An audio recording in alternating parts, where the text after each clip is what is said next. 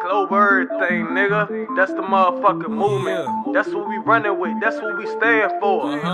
Shit, whether it's movies, TV shows, we trying to go global with it. What's going on, everybody? It's another episode of Global Everything TV. Of course, y'all know who I am. Vaughn 804 boy, Mr. Global Everything. And we got another episode of Global Everything TV. Today I got another special guest in the building. Today, I wanna say I look at you as my sister. You know, we probably linked up when you was about 16. I remember you coming over to the crib, Right. trying to come through, want to do a song for your Sweet 16. Oh. You came through, killed it. I engineered it, you know, mixed it up. Remember you performing it at your Sweet 16? Mm-hmm. Classic memories. I don't know, how long ago was that? You remember?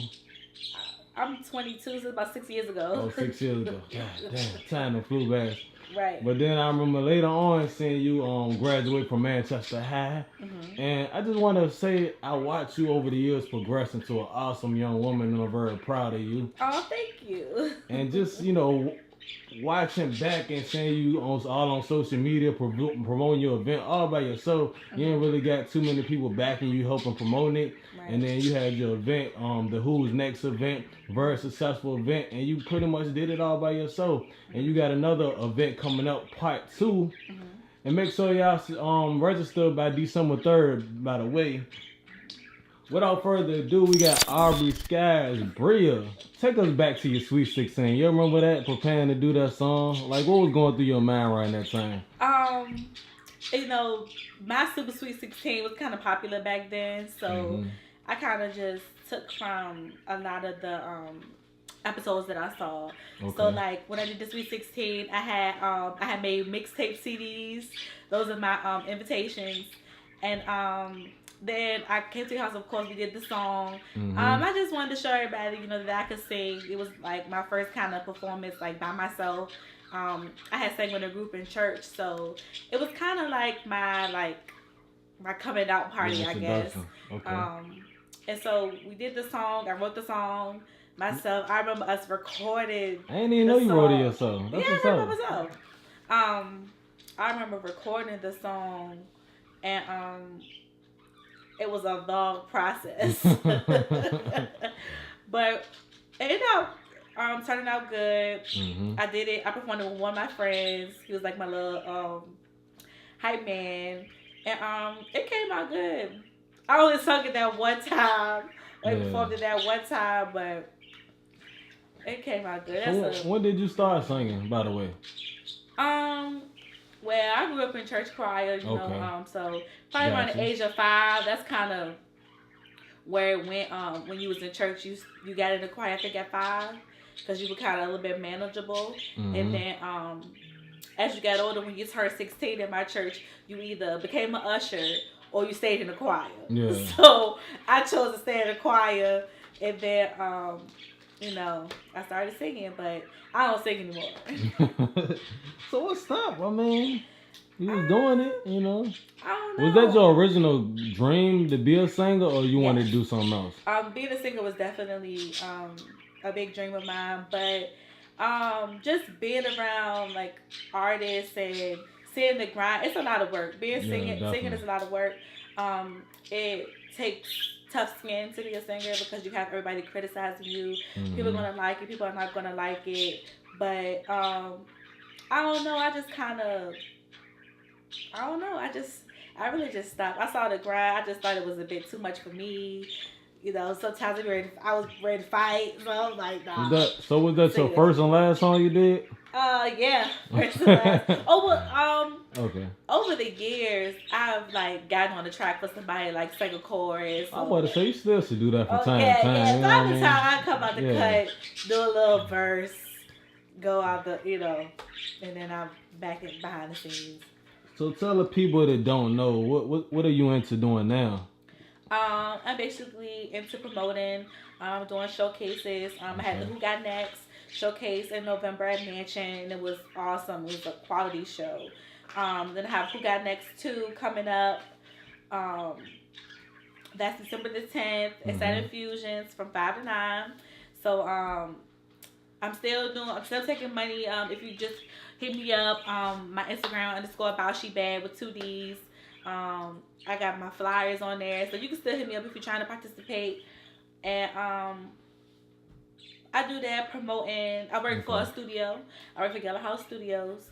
I kind of like the secretary there. We could just say kind of keep everything, in balance because I have a lot of different, businesses within it, and that's pretty much it.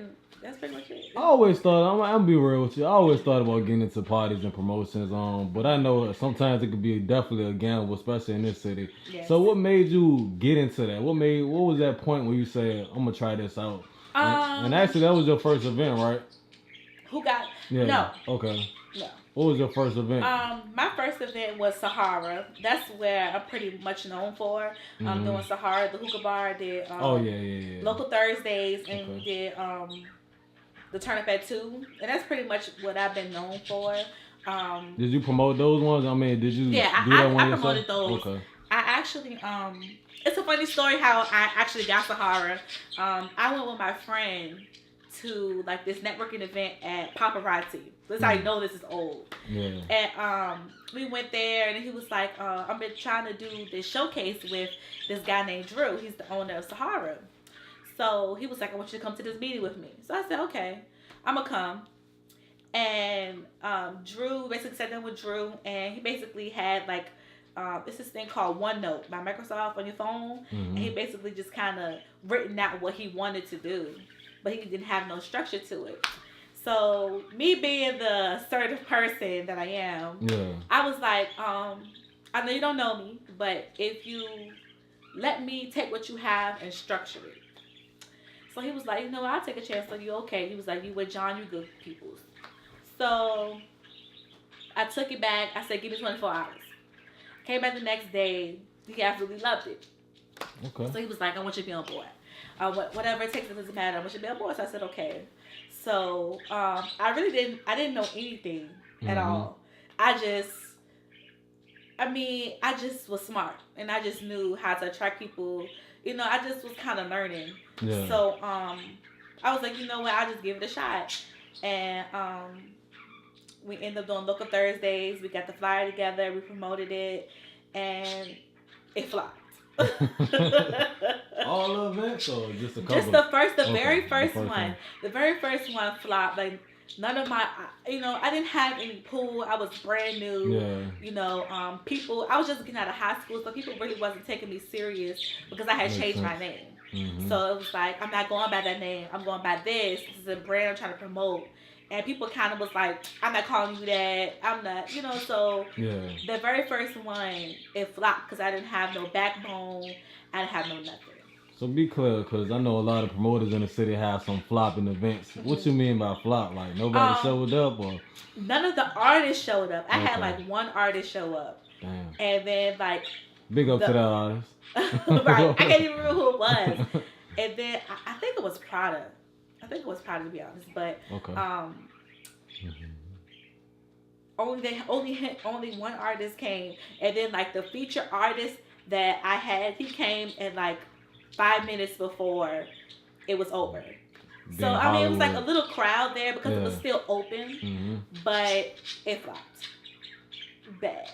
I was so disappointed. So let me ask you this though. So the first event flopped. What made you get up and say, I'm going to try it again? Because like I said, that was my biggest fears about doing promotions is, damn, what if my first event flop? I done wasted some money, and now I got to up some more money to do another one. What made you get back into it and say, I'm going to try it again? Because I'm not a quitter, and because I was like, okay, the first one didn't work out, let's try again. Eventually... What you do different for the next one? What did I do? I talked to more people. Okay. I became more assertive. I was like, I had built it to a point where people respected me. It was either you get here on time or you won't perform at all. If I don't have your music by this certain time, they're going to perform it all. I don't care. Yeah. You know what I'm saying? My event's still going to go on. So I had to kind of be assertive and trying and kind of like put so they wouldn't like try to walk over me. Like, oh, I could just do whatever. It's Aubrey. Nah, you gonna do what I ask. Do if you want to work with me, then we're gonna do things right. So I just really had to be assertive, and then it was a success. And then I kept doing it again and again, and then it really became big because I had DJ Faye Live work with me. Okay. But it really became big when AWOL started dealing with me, and Half Factory had just closed down. AWOL was hearing the buzz about us, and he came and was like, "I want to sit down with y'all. Let's work." So then when AWOL started doing it, that really put my foot in the door to it just really opened doors for me. What role did he play in that event? Did he just DJ or did other stuff as well? He DJ'd, he like worked with the artists, like got their music, obtained music and everything. But what really opened the door was the turn up at 2. Okay. And we did that, and that is again happened by accident. One night, at the hookah, it worked off a jukebox. So if you wanted to listen to music, you had to put money in the jukebox. So one night, it was so packed for some reason. I had to be like VCU homecoming or something, and a whole lot of people were in the hookah. Well, the hookahs, I mean, it really jumped anyway on the weekends, but for some, I think it was VCU homecoming, and me and John, we had the since we had local Thursdays every week, like the speaker, and we had built a booth and everything was set up. So one day we was like, it was like, Drew, it's 2:00. Let us play something like on the computer. So we end up, me and John going back and forth playing music or just YouTube. Yeah. And it ended up jumping so bad. Like, it was just a great night, fun night. And then that just kind of, and like VCU kind of caught a wave of it. And it was over from that point. So pretty much a lot of people that came to that event was VCU students? Yeah, because Sahara is right in the middle of VCU. So people would come to Sahara, but they wouldn't it was kind of more of a white people thing to smoke hookah. And hookah was popular, but it wasn't as popular as it was now. Okay. When I was doing it. So, So when did you step away from doing that event to later on starting your own event with the Who's Next? How did that come about? I was, I had such a success with local Thursdays, and I kind of wanted to get back in the game. I got pregnant, I had a baby. Congratulations. Thank you. And I stopped, and then I was like, I kind of want to do something to keep me back. And it was the first time I actually done something like that. Local Thursdays, I would have artists come. They had 8 minutes to do whatever they wanted to do, and we would keep doing it. But this time, me 4 minutes as a showcase, it was my first. Like, I actually have a whole draft email registration form, very detailed, very mature. I charge now.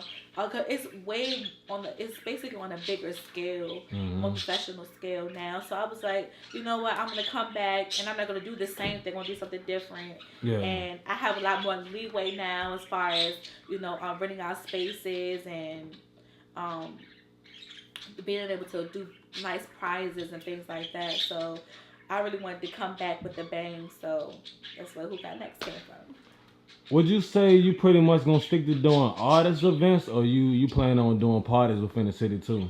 I actually used to work for Big Visions and them party promoting, and I would get paid in Encore. I kind of a mix of both. It just depends on what you're trying to do, because it's a risk doing anything in Virginia. Definitely. Like, you can put out so much money, but that doesn't mean that money is going to come back. You're really going to double or triple the money. You have to really play it smart. It has to be definitely promoted the right way. That's really how you're going to succeed. What would you say the biggest thing that you learned from doing your first event to your last event? Your biggest correction or error? I learned that you take care of people. That's my biggest thing. You take care of the people who look out for you.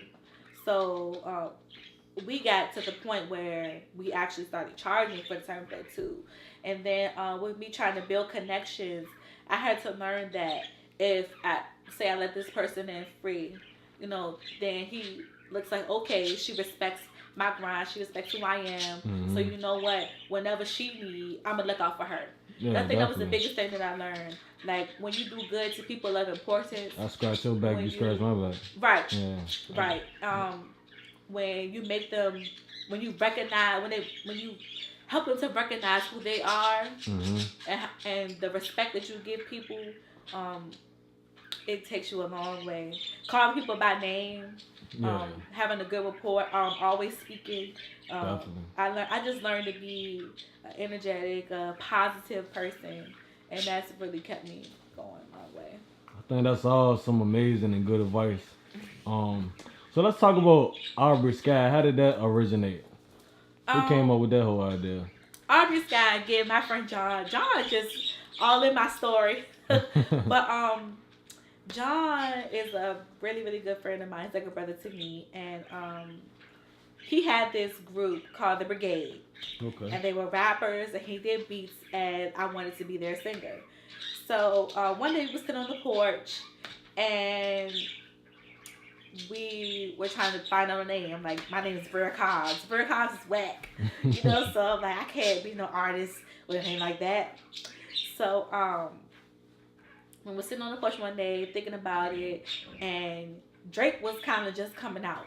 So he was like, what about Aubrey? You like that name, Aubrey? I'm like, okay, cool. And then it's dumb because he looked up and was like, oh, the sky's blue. And then I was like, Aubrey Skye.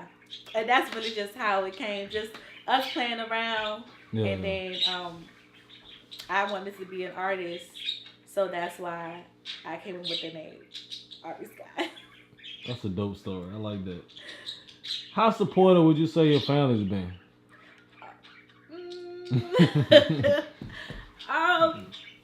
Okay. I think my mom she's getting equipped to the fact that people are going to call me Aubrey and that I'm out here doing it and I'm making good money. Yeah. It just takes some, you know, I was 18. So 18, 19, and it just like when people see you, you know, going to church and, you know, doing normal things like me doing a hookah bed out till 6 o'clock in the morning, you know, that's a difficult thing to transition into. I'm just becoming an adult. I'm just trying to explore myself and learn myself, and my family's at a point where they really didn't understand. It's like you partying. Yeah. I'm like, I'm not partying, I'm trying to make something out me partying. You know what I'm saying? So it was a battle, but you know, now I believe, you know, my family respects the fact that I'm an adult, I'm grown. So you're doing something positive. Right. I mean, they don't see that because of course they don't come. Yeah. But I mean, it is what it is. It is what it is. Global Everything TV.